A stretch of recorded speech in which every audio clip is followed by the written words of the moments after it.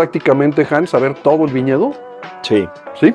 Todo el viñedo, sí. La parte más antigua, digamos aquí está 2014-2015. Ok. Está aquí 2017. Allá abajo 2018. Y acá abajo 2020. O sea, brincando estas tablas de allá, 2020, 2021. Hans, un placer estar aquí contigo.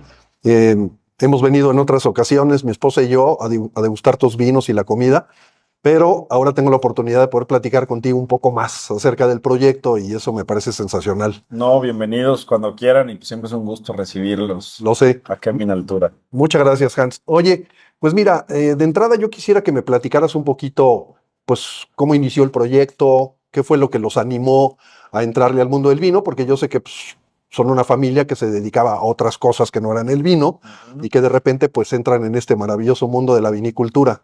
Sí, la realidad es que mi papá fue quien se empezó a enganchar con el vino. Nosotros somos de Monterrey, Sí, no tomábamos vino, tomábamos cerveza, pura chela, calor, pura chela. chela. Entonces mi papá por su trabajo iba muy seguido a Ciudad de México y en Ciudad de México en las comidas pues había interacción con vino. Él siendo ingeniero químico se empezó como que a intrigar de cómo podía ser que todo viniendo de una misma planta empezara a saber diferente y que si hablaban de varietales y de ensambles y años en barrica y añejamientos. Entonces empezó como que a clavarse un poco y descubrió un vino que se llama vino de piedra en el Valle de Guadalupe. Empezó a comprar un poquito de vino y en algún punto de su vida dijo, "Oye, yo quiero ir a conocer al personaje que me está vendiendo este vino, porque dicen que es el mejor vino de México. ¿Quién lo hace? ¿Y por qué lo hace? ¿Y cómo lo hace?" Entonces, en una vuelta se va al Valle de Guadalupe y conoce una serie de proyectos y se impresiona de la pasión, de la dedicación y de cómo cada proyecto tiene su propio giro, su propio estilo.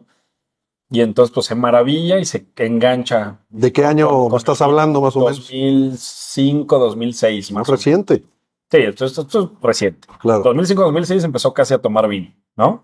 Y ahí se engancha y entonces él de ahí empieza a comprar más vino, pero él se hizo la promesa de que se iba a tomar todo el vino del mundo antes de él hacer el vino. Porque si bien pues mucha pasión, también es vocación. Tú Claro, bien sabes que esto para convertirlo en negocio se necesitan 3 generaciones y que una le siga a la otra, etcétera. claro.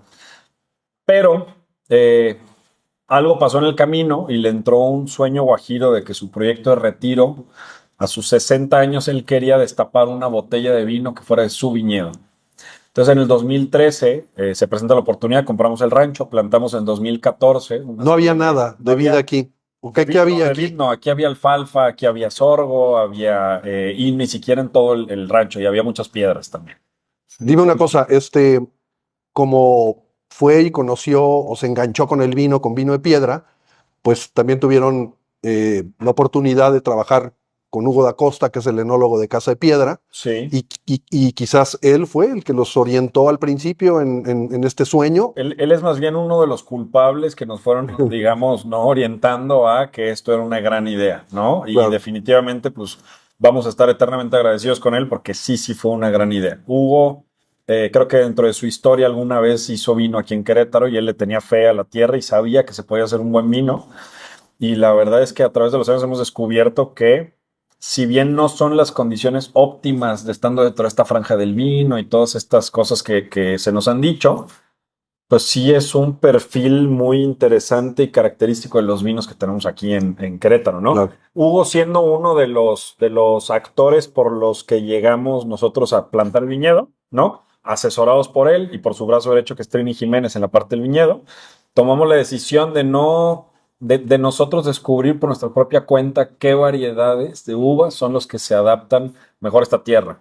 Porque al final del día, una filosofía que nos hereda Hugo, ¿no? Y que compramos, que creemos y defendemos, es que el vino se hace en el viñedo y Claro, que el vino es un producto de campo. Entonces, lo que buscamos nosotros, decimos que hacemos vinos de terruño, claro. porque lo único que buscamos es representar la tierra queretana a través de nuestras botellas. Bueno, y entrando en ese tema, a mí me gustaría que me platicaras pues, qué superficie tienes plantada o tienen plantadas de vid. El terreno completo son 50 hectáreas. 50. Nosotros de vid tenemos 25 y ya llegamos al tope del proyecto. De La acuerdo. intención es por lo menos en esta primera etapa o esta primera generación que es mi papá, ya no subir de 25 porque hemos ido diseñando el proyecto para hacer un proyecto chico, de 180,000 botellas en un futuro. De acuerdo. Futuro hablando 2030.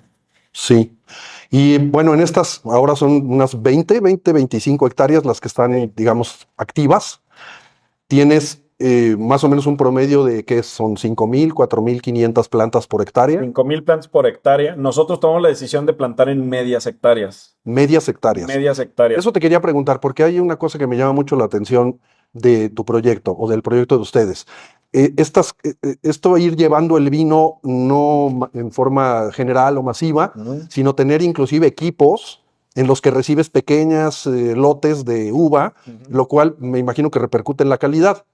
La búsqueda, nosotros entendemos la planta como un ser vivo. ¿De acuerdo? Y por las condiciones en las que estamos, digamos, en tema de clima, ¿no? Lo que hemos visto es que pues no todas las plantas maduran al mismo tiempo. Entonces, si bien parte de los indicadores para saber cuándo cortar es pues hacer sondeos aleatorios para ver maduraciones y todas estas cosas, nos hemos dado cuenta que si modulamos nosotros nuestros cortes en 2 toneladas para llenar unos tanquecitos chiquitos de 1,000 litros, ¿no? Le damos oportunidad a que de una misma tabla, ¿no? Tabla de un varietal, un Chenin Blanc, en vez de hacer un corte parejo y asumir de que había unas que estaban maduras y unas verdes y unas pasadas, lo que hacemos es ir buscando las que están ya en su punto y luego modulamos los cortes a 2 semanas de diferencia más o menos para que vaya avanzando. Entonces, ¿qué terminamos con 3 Chenin Blancs de una misma tabla?